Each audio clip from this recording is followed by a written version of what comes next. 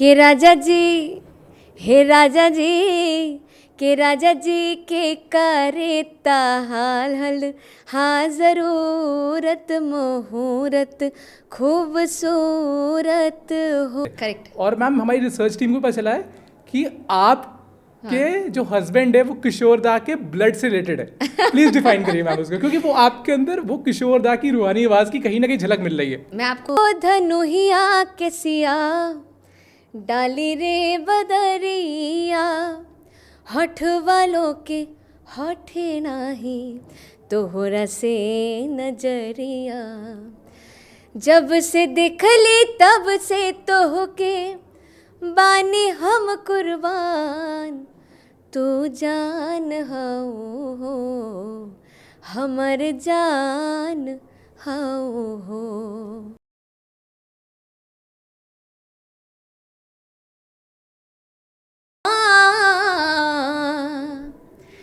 रांझे मछिया चिड़ैया डोली ले गए निखेड़ वे लग गए नैना वेड़े, सबकी बारातें आई डोली तो भी लाना, सबकी बारातें आई डोली तो भी लाना, दुल्हन बना के हमको राजा जी ले जाना, सबकी बारातें आई। Welcome back everyone to the channel of Mic to Mic with Rohit. We have today a very beautiful guest, not only beautiful by face but also beautiful by voice. We have Pooja Chatterjee with us. Ma'am, very thank you to be on my show. Thank you so much. I'm very honored to be part of your show. Ma'am आप जैसा मुझे पता चला आपने Indian idol में आप finalist रह चुके हो जी आप सारेगामा शो को होस्ट कर चुके हो और आप झारखंड रत्न से सम्मानित हो चुके हो। जी जी। तो मैम पहली बात इंडियन आइडल्स में अगर हम जाते हैं तो 2007 में जब आप फाइनलिस्ट थे तब आपकी एज क्या थी? मेरी एज 2007 में अप्रॉक्सीमेटली 17+। उस समय मैम आप इतना अच्छा गाते थे। बस थोड़ा मोड़ा गा लेते थे। मैम ये 17 साल में इतनी हाई उपलब्धि पे जाना, उससे पहले कि अगर हम उस पर आपके 17 ईयर से बैक जाए जी और आपकी स्टार्टिंग बताए कि पूजा चटर्जी एज अ फाइनलिस्ट और सारेगामा की तो वो ज्यूरी बनी। हाँ जी हाँ जी। तो वो जर्नी 17 ईयर्स में जो वहाँ तक पहुँचे थे उससे पहले वो स्ट्रगल क्या था, आप उसके बारे में बताओ। कैसे रियाज करते थे आप, क्या होता था मैम? प्लीज़ उस बात पे लेके चलो हमें। देखिए सबसे पहली बात तो ये है कि अभी जितना लाइफ ओपन अप हो गया है या जितनी अपॉर्चुनिटीज़ लोगों को मिल रही है, social media, there are lot of platforms जहाँ पे बच्चे लोग अपने टैलेंट को शोकेस कर सकते हैं। बट हमारे टाइम पे at that time I think एक मिडिल क्लास फैमिली से आप बिलोंग करते हो, वो भी संगीत को इस तरीके से देखा जाता था, या फिर हमारे जो प्रोफेशन होता है जो पब्लिक रिप्रेजेंट होती है, ऑर्थोडॉक्स फैमिली होती है। बट वहाँ पे समवेयर एक तरीके से बोल सकती हूँ कि मैं लकी थी, क्योंकि my dad mom they were very supportive. Even family से वो सपोर्ट नहीं मिलती थी, बट उनका कहना है कि नहीं बच्ची जब गाना अच्छा गाती है तो हम इनको आगे बढ़ाएंगे। तो I think at the age of 4 उन्होंने मुझे गाना सीखने के लिए गुरु दिया था। आप 4 ईयर की एज से ही इस लाइन में आ गए थे? हाँ, और मतलब हारमोनियम जो है ना हाथ तक नहीं पहुंचता था, मतलब ऐसा। बट पापा यूज टू हेल्प या दादी यूज टू हेल्प, ठीक है। बट एक इच्छा था, मतलब मुझे पसंद था। आप बिलीव नहीं करोगे, मैं बचपन में बहुत नोटी थी। तो मेरी मम्मी कहती है कि उस समय वो गाना था तम्मा तम्मा लोगे। हाँ जी हाँ जी हाँ जी। तो मैं इतनी बदमाश थी, तो मम्मी क्या करती थी, वो पूरा मूवी चला देती थी और मैं वो पूरा मूवी देखती थी सिर्फ वो गाना सुनने के लिए, तम्मा तम्मा लोगे। That's something you are getting कि आपको सिंगर बनना है, उस समय आपका डिसाइड हो रहा था। करेक्ट। सो सिमिलरली मिठुन दा का उस समय डांस का फॉर्मेशन, मतलब वो होता है ना कि वो अपने आप में एक एनर्जी बिल्ड होना, वो एक क्लिक किया। एंड मैं तब से ऐसा सिचुएशन था कि मिलता जी के गाने बहुत सुनना पसंद करती थी बचपन से ही। देन आफ्टर मेरे गुरुजी थे पंडित अजय चक्रवर्ती जी, उनके पास मैं कैलकाटा में सीखना शुरू किया। सीखते सीखते ऐसे हुआ कि एक टाइम मेरे पास एक अपॉर्चुनिटी आई। कैलकाटा में एक न्यूज़ चैनल था तारा बांग्ला, ठीक है, और अभी तो खैर वो है नहीं, बट उस समय एक शो आया था, मेरा लाइफ का सबसे पहला रियलिटी शो आप बोल सकते हैं, जतिन ललित टैलेंट हंट, जिसमें जतिन ललित जी खुद आके उन्होंने, ये कलकत्ता में हुआ था। ये कब की बात बता रहे हो मैम? ये मैं बात कर रही हूँ आपको 2012 की। अच्छा, इंडियन आइडल उससे पहले। अच्छा, ओके ओके। उससे पहले 2012 मतलब सॉरी, जब मेरी 12 साल उम्र है, 19 अगर 2007 होगा तो समथिंग अराउंड 2000 या 99 के आसपास, मतलब मान के 2007 अगर इंडियन आइडल था तो उससे पहले मेरा जब 12 साल उम्र था, 2003-2 के आसपास, 3-2 के आसपास अप्रॉक्सीमेटली। तो जतिन ललित सर ने किया था और मेरा पहला मैंने उस समय गाना गाया था। तो लोगों ने बोला कि आप कुछ नॉर्मल गाने मतलब गाओ। तो मैंने जतिन ललित सर को रिक्वेस्ट किया था कि सर मुझे आपका सरफरोश मूवी से ज़िंदगी मौत ना बन जाए संभालो यारो गाना है। सो वो थोड़ा सा चौंक गए थे, उनका पैट्रियोटिक सॉन्ग। हाँ, बिकॉज वो सोनू जी और रूप कुमार राठौड़ जी का गाना है और मेरी उम्र ही उस समय 12 साल थी। तो एक मेल वॉइस को रिप्रेजेंट करना, तो ही वॉज़ वेरी हैप्पी। तो बोले कि हाँ बच्चे गाओ। तो मैंने जब गाया and they appreciated so much कि जो फिनाले था वो सॉल्ट लेक स्टेडियम में हुआ था। okay. तो मेरे लिए जीवन का, और उस समय सॉल्ट लेक स्टेडियम में जब फिनाले हुआ तो सुनिधि चौहान से लेके अलका याग्निक जी, बाबुल Supriyo ji, Shaan ji, everybody was there to perform. आपको गूज़बम्स आ रहे हैं? हाँ जी बिल्कुल। मुझे एक्चुअली तब बहुत, अभी जब मैं ये सब बातें करती हूँ ना तो मुझे ऐसा लगता है कि मैं, it was just a point person which I have learn. There are so many things to learn now because इतना वास्ट लाइफ हो गया है। बट वो मेरी ज़िंदगी का एक ऐसा पड़ाव था कि मैंने बहुत कुछ सीखा है कि यार इनको देख के, कि आप अगर सुनिधि चौहान की बात करें, look at her at that age, she was so confident. अभी तो शी इज़, मतलब you can not explain her, मैं नहीं बोल सकती, बियॉन्ड वर्ड्स। उस समय वो इतनी अच्छी थी। आज तो मतलब हम तो आज भी सीखते हैं, आज भी देखते हैं कि यार कैसे अपने आप को स्टेज में रिप्रेजेंट करना होता है। बिकॉज अभी के जनरेशन में चीज़ें ऐसी हो गई है कि ऑनेस्टली आपको एक चीज़ बताती हूँ। yes, ma'am, please. उस समय ईयर मॉनिटर्स कौन से सिंगर्स यूज़ करते थे? लता दीदी भी यूज़ नहीं करती थी। ठीक है, आज लोगों को गाना गाने के लिए ईयर मॉनिटर कंपलसरी होता है। बस मैं आपको थोड़ा सा स्टॉप करूँगा यहाँ पे। यस, हमारे दर्शकों को आप ईयर मॉनिटर्स के बारे में थोड़ा सा बताओ। ईयर मॉनिटर्स एक ऐसी चीज़ होती है कि आप जब स्टेज में परफॉर्म करते हैं, so there is a vast crowd, आपके music, so that you can hear your own voice, जिसमें ना आपके वॉइस को ज़्यादा प्रेशर भी नहीं पड़ती है। ठीक है, आप अपने आप को सुन रहे होते हो, आप अपने आप को सुन रहे होते हैं। ठीक है, जो चीज़ अच्छी चीज़ है। बट मुझे तो आज भी आदत हो गई है, मैं ऑनेस्टली बता रही हूँ, मैं आज भी परफॉर्म करती हूँ बिना ईयर मॉनिटर का। ओके, ठीक है, ज़रूरत पड़ती है, आई डू यूज़, बट मुझे जहाँ ज़रूरत नहीं पड़ती है मैं अपना ईयर मॉनिटर खोल देती हूँ। ठीक है, तो मैं यही सोचती हूँ कि वो सारे कलाकार, अगर आप बात करें, इवन लता दीदी की बात करिए, तब नहीं था ईयर मॉनिटर। बट आज भी अगर आप देखेंगे, look at the way they perform, look at the way they use to sing, इतने सारे म्यूजिशियंस के साथ, कहीं इतनी सुरीली थी। ये तो गॉड गिफ्टेड है, वो तो साक्षात माँ सरस्वती थी। मुझे ऐसा हमेशा फील होता है, तो उनकी बात ही अलग है। और हम लोग तो अभी जस्ट पैदा ही हुए हैं। लेकिन जैसे लता मैम को भी स्टार्टिंग में जी बहुत फेस करना पड़ा था, लोग कहते थे उनकी आवाज़ बहुत पतली है। जी जी, तो उनको सरस्वती तब मिली जब उन्होंने बहुत मेहनत करी, या किसी ने उनके टैलेंट को पकड़ा? बिल्कुल बिल्कुल। देखिए, तब मैं एक चीज़ बताऊं, वो उनकी क्वालिटी वॉइस है। तो मैं बताती हूँ ना कि इट मैटर्स कि ज़माने में कैसी आवाज़ चल रही है। ओके, ठीक है, मैं आपको मेरी एग्जांपल दे रही हूँ। साथ में जब मैं इंडियन आइडल में थी तो मुझे कहा जाता था कि आपकी आवाज़ बहुत ज़्यादा बोल्ड है। ओके, उस समय नेज़ल टोन था। मुझे आप एक चीज़ बताइए, आज के डेट में ऐसे कौन से सिंगर नहीं है जो गला फाड़ के भी प्लेबैक नहीं करता हो? कोई नहीं है। There are lot of singers जिसकी अलग टेक्सचर ऑफ वॉइस है। ठीक है, आज के डेट में ऐसे कौन से सिंगर नहीं है जो नेज़ल में नहीं गाता है, जो वॉइस कंट्रोलिंग। अगर बहुत सारे ऐसे सिंगर्स हैं जो खुल के गाना गाते हैं, उनको आप क्यों नहीं कहते कि मैम थोड़ा सा वॉइस को थोड़ा मेलो डाउन कीजिए, थोड़ा सा हल्का कीजिए, पिच डाउन कीजिए? नहीं होता है, क्योंकि आजकल के यूथ की ये डिमांड है।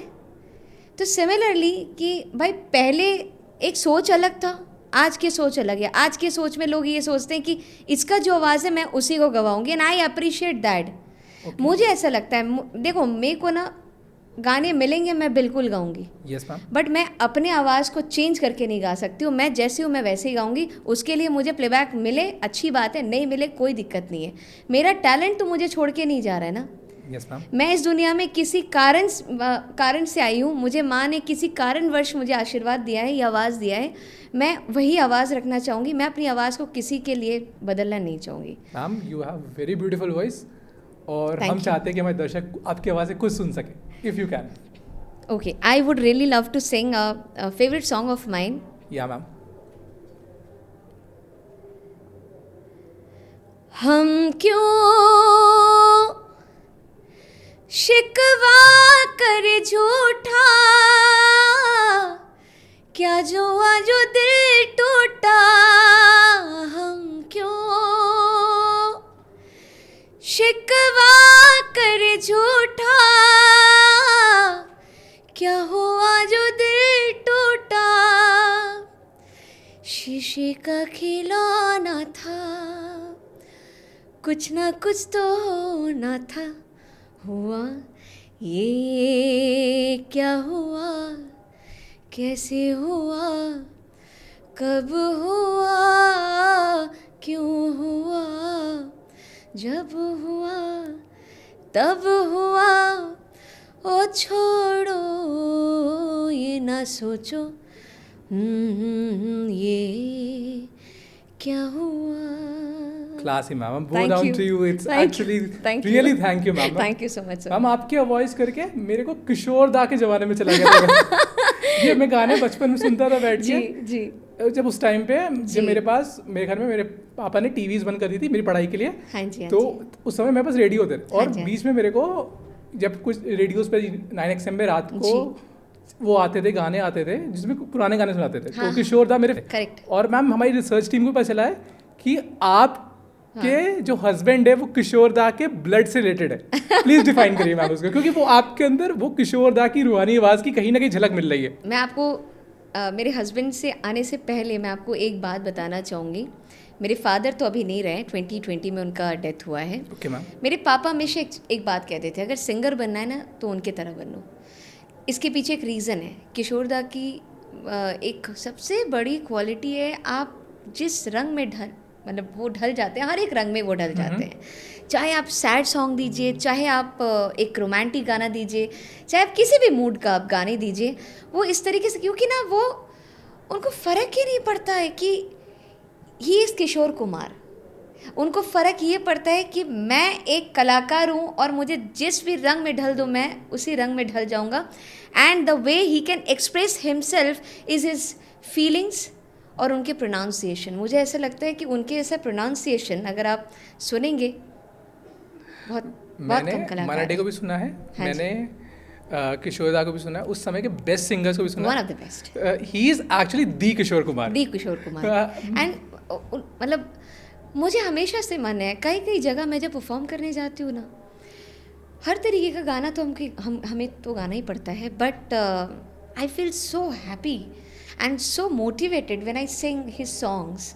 आज के डेट में कहीं ऐसे ऐसे जगह पे हम परफॉर्म करने जाते हैं, कई सारे ऐसे जगह है जो इंटरनल भी है, मतलब ऐसे नहीं होते कि सिटी में नहीं है, अंदर है, वहाँ पर भी आप अगर देखोगे उनके फ़ैन फॉलोइंग, भाई मुझे ऐसा लगता है कि मैं वही कह रही हूँ ना कि सिंगर बनना है तो उनके तरह की इतने सालों बाद भी अगर लोग याद रखते हैं तो ये सिंगर्सों को याद रखते हैं। लता जी बोलिए, किशोर दा को बोलिए, रफ़ी साहब, मुकेश सर, इतने सारे आज भूलते ही नहीं है लोग। आप भी आज की जनरेशन के हैं, बट स्टिल यू रिमेंबर ना, आप उस मोमेंट को शेयर कर रहे हैं। One of my favourite. Then think how much touchy they are, what kind of singers they are. ऐसे सिंगर्स ही एक्चुअली बनना चाहिए और उनके रूट में चलना चाहिए कि वो किस तरह से, you know, how come they are such a big power, you know, you should bring their power to your self, कि आप लंबी रेस का घोड़ा बन सके।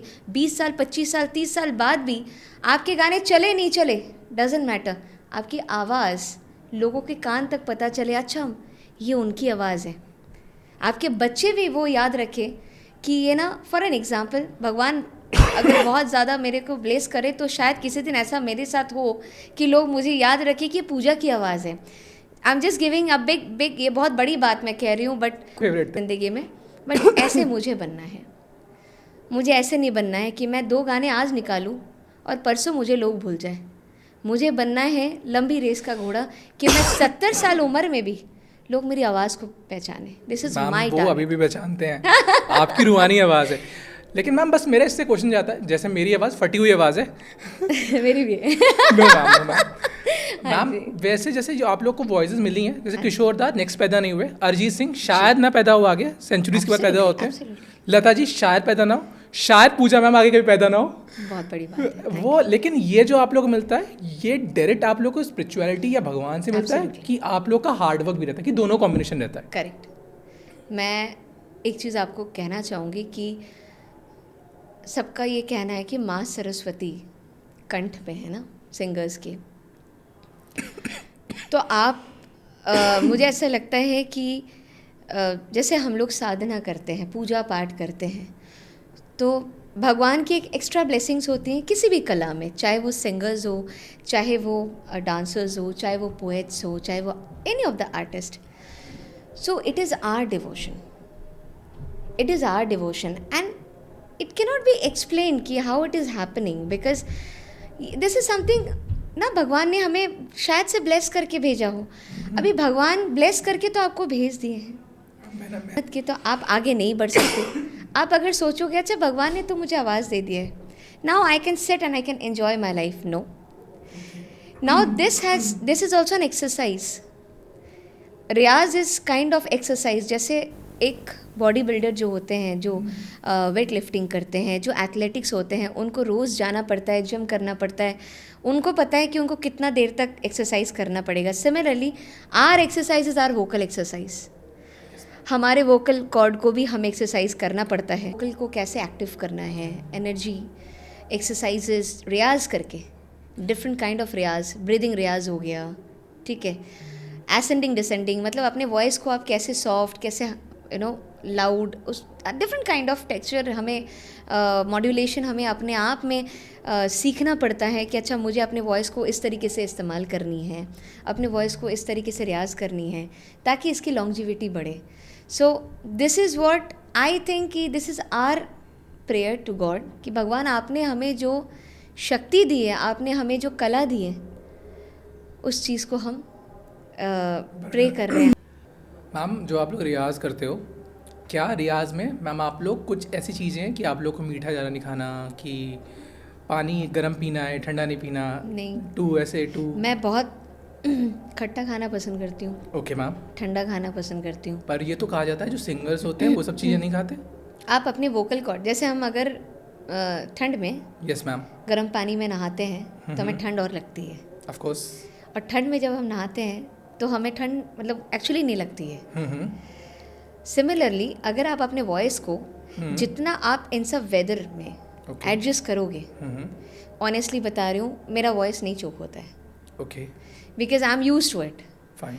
एंड जितना, जैसे हम लोग कभी कभी ऐसे होता है ना कि वी गो टू परफॉर्म ऐसे कंट्री में जहाँ पे बहुत ठंड रहती है, तो वहाँ जाके अगर मैं उस चीज़ को वहाँ मेंटेन करूँ, मैं ठंड नहीं खाऊंगी, मैं वो नहीं खाऊंगी, वो नहीं पीऊँगी, तो it is not going to work for me. तो बचपन से एक्चुअली इसका क्रेडिट मैं मेरे गुरुजी पंडित अजय चक्रवर्ती जी को देना चाहूँगी. उन्होंने हमेशा ये चीज़ सिखाया है कि सब खाओ, ईट एवरीथिंग. आप जब कहीं परफॉर्म करने जा रहे हो, बहुत ऐसे होते हैं कि हम मफलर लगा के हैं. अच्छा, आप मफलर तो लगाए हो, जब आप खोलते हो ना, जो पसीना होके रहता है वो और आपके लिए हानिकारक है. ओके. ठंड गर्मी, तो this will affect your voice. तो हमें एक स्टेट में ना चाहिए बॉडी को, बिल्कुल, to get your vocal cord good. बिल्कुल, slowly. Okay. It is like, मान के चलिए अभी जिनको आदत नहीं है, जो हमेशा से इस चीज़ को फॉलो करते आए हैं, उनको स्लोली इम्यून करना पड़ेगा ना वॉइस को भी, वेदर के साथ बॉडी को भी. ठीक है, कभी कभी ऐसे होता है, नहीं भैया मैं अभी परफॉर्म करने चढ़ूँगी, मैं अभी ये नहीं खाऊंगी, मुझे डिस्कम्फर्ट होगा. ये आपका ना यहाँ पे सोच है. ओके. आप परफॉर्म करने जा रहे हो, बिंदास जाओ, आप इतना सोचो मत कि मेरा वॉइस ख़राब हो जाएगा. आप वॉइस को क्यों ट्रेनिंग दे रहे हो? आप माइंड को ट्रेनिंग दो. आप माइंड को ट्रेनिंग दो. ओके. आप मेडिटेशन क्यों करते हो? माइंड को ट्रेनिंग देने के लिए. तो आप जब, सबसे पहला क्वेश्चन तो ये है, रियाज का मतलब is kind of a meditation.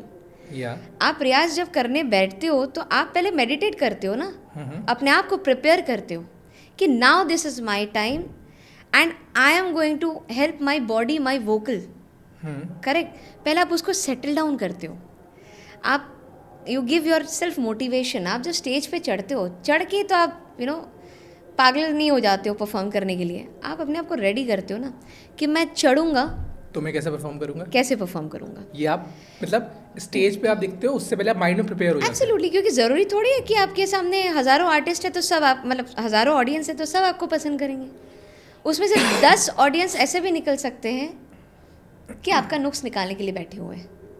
अच्छा, it is something a very big deal कि आप अगर आपको ना, तब मैं एक्चुअली क्या करती हूँ, अगर मुझे ऐसा लगता है ना कि 2 ऑडियंस मुझे पसंद नहीं करती, आई जस्ट डोंट से कि आई डोंट केयर। आप उनसे हटा लेते हो ना निगाह? नहीं, मैं नहीं हटाती हूँ। आप उनके सामने और अच्छा परफॉर्म करते हो? बिल्कुल, या आपका वो है, I love to do that. क्यों, किस रीज़न से वो मुझे हेट कर रहे हैं, मेरे में क्या कमी है? I want to change it, I want to do whatever they like. Okay, why will I ignore, why will I think कि 10,000 क्राउड है, अरे डजंट मैटर टू मी कि who likes me who doesn't likes me. नहीं, मेरे लिए matter करती है सब मुझे पसंद करे। ओके, अगर मुझे कोई पसंद नहीं करता हो उसका कोई कारण होगा, ठीक है। बहुत ऐसे लोग हैं, मैम मुझे ना आप जिस तरीके से बात करते हैं वो पसंद नहीं है। अच्छा ठीक है, अच्छा आप ये कह सकते हो कि मैं हर किसी को चेंज नहीं कर सकता हूँ, करेक्ट। तो what can I do in my self that I will make them happy, because I have started living my life for them. Okay, अगर मुझे उनके लिए नहीं जीना है ना, तो फिर मुझे घर बैठ के, शादी तो हो ही गई है, खाना बनाओ रहो। आप कहोगे कि मुझे स्टार भी बनना है, and I don't care what people talk about me, नहीं। हम ही कुछ ऐसी चीज़ें करते हैं, शायद वो हेट करना पसंद करते हैं। या तो इधर आप अपने आप को कंट्रोल करो। I will like to give this statement in the response of a song कि कुछ तो लोग कहेंगे, लोगों का काम है कहना, छोड़ो बेकार की बातें हैं, कहीं बीत ना जाए रहना। यस, एग्जैक्टली, है ना। मैं ऐसी कोई बात आपके सामने करूँगी नहीं जो बात एक बड़ा मुद्दा बन जाए।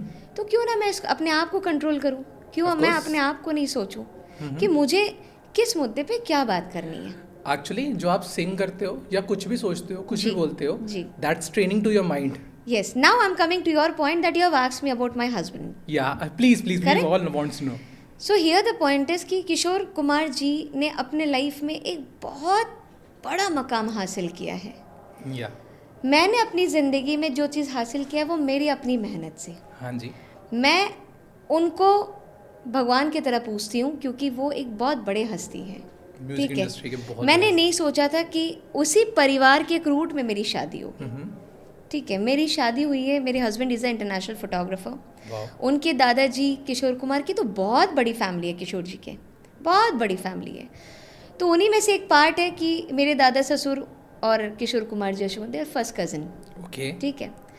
बट मैं क्यों ये बात ज़्यादा नहीं कहना चाहती हूँ, because I am very glad that I got married to that family, you know, it's self a big family. But मुझे ऐसा लगता है कि ये मेरे लिए ब्लेसिंग्स है, बट उस ब्लेसिंग्स को मुझे मिसयूज़ नहीं करना है। But it's actually a proud for me and my audience. And me also, I also. हम उस जनरेशंस के वो लोग को देख पा रहे हैं जिनको देखना हमारा कभी सपना हुआ करता था। और मेरे लिए भी सपना पूरा नहीं हुआ, दैट यू नो, जिनको मैं मानती हूँ वो नहीं, मतलब नहीं है, मैंने कभी देखा नहीं है, बट मैं ये महसूस कर पाती हूँ और मैं ये फील करती हूँ कि चलो एटलीस्ट उनके परिवार हैं। You are a part of his family. Part of his family. Yeah. So I am very happy and I feel that I am blessed. My husband is very supportive. My in-laws are very supportive. And उनका हमेशा से ये कहना है, मेरे सास ससुर भी हमेशा मेरे हस्बैंड को ये कहते हैं कि you should, you know, support her in singing. अगर कोई ऐसा सिनेरियो आए कि तुम्हें चूज़ करना पड़े तो पहला priority should be singing. Ma'am, अगर मैं एक चीज़ आपसे पूछूं कि क्लासिकल आपको ज़्यादा पसंद है कि आपको पॉप पसंद है, आप किस टाइप के गाने ज़्यादा पसंद करते हैं? मैंने हमेशा से क्लासिकल तो हमारी एक बेस है, बट मैंने फोकस सेमी क्लासिकल में रखा है। Okay, because honestly classical is something, it's a base और आपकी सिंगिंग को बहुत मजबूत करती है। तो मेरा घराना वॉज वाराणसी घराना, ठीक है।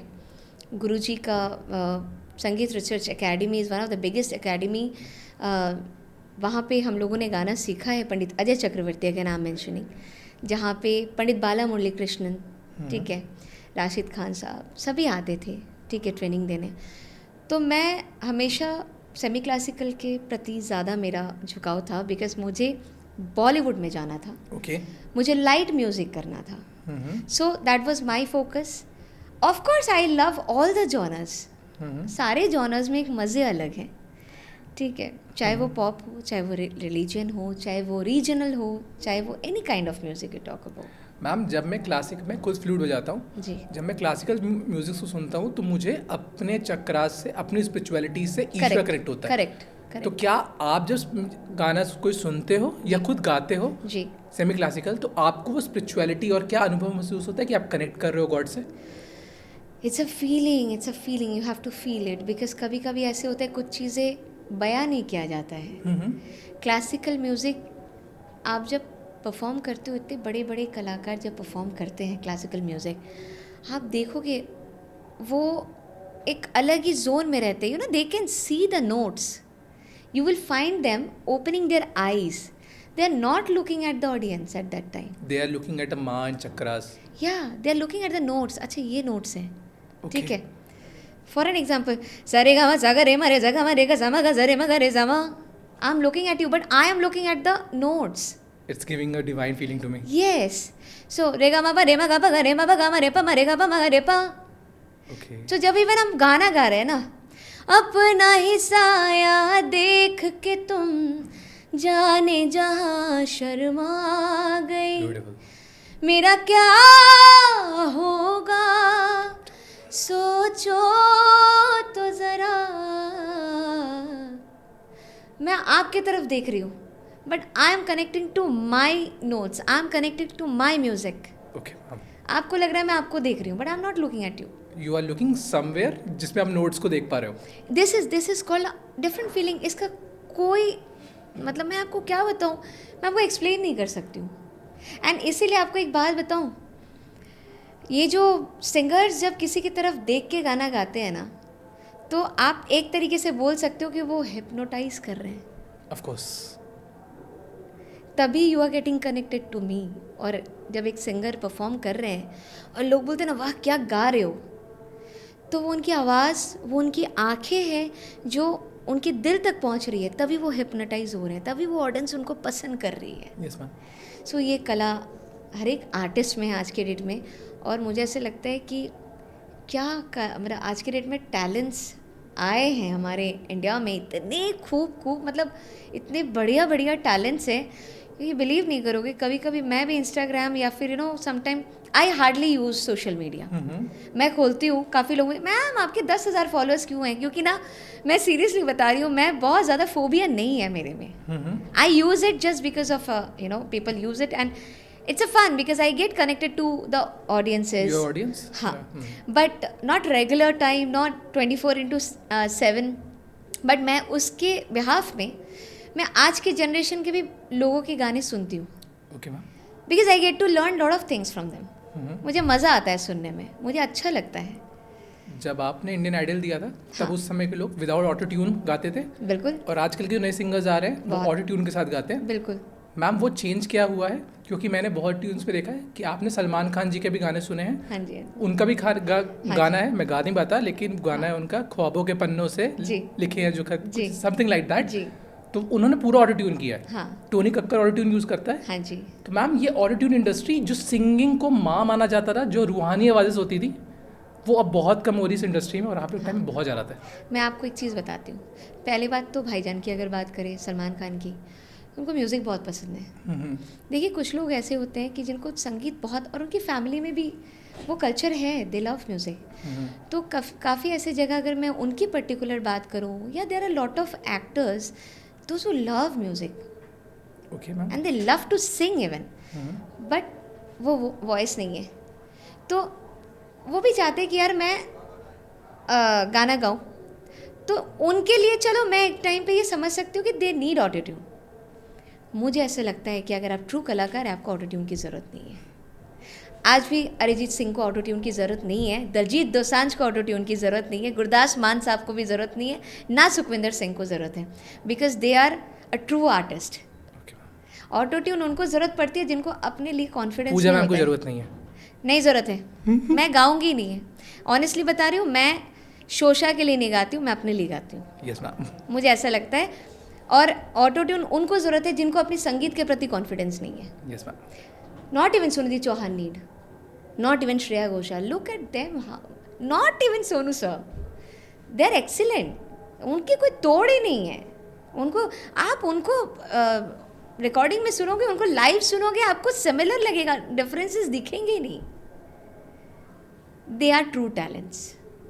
एक्चुअली आपसे संगीत के बारे में जानने में, हाँ जी, आपकी आवाज़ सुनने में, थैंक यू भाई, हमारे दर्शकों को बहुत अच्छा लगा। Thank you. And we have actually learn so much कैसे स्पिरिचुअलिटी और संगीत आपस में कनेक्ट करता है। जी। I am really thank you to you. Thank you. और मेरे से अगर कुछ भी भूल हुई होगी या फिर कुछ कहने में, actually this is a statement from my side only to you कि मेरे से कुछ भूल हुई तो I am extremely sorry, but मैंने अपना बात, मुझे ऐसा लगता है कि I can not hide my self, what am I have always been very clear about my concept कि हाँ ये चीज़ है।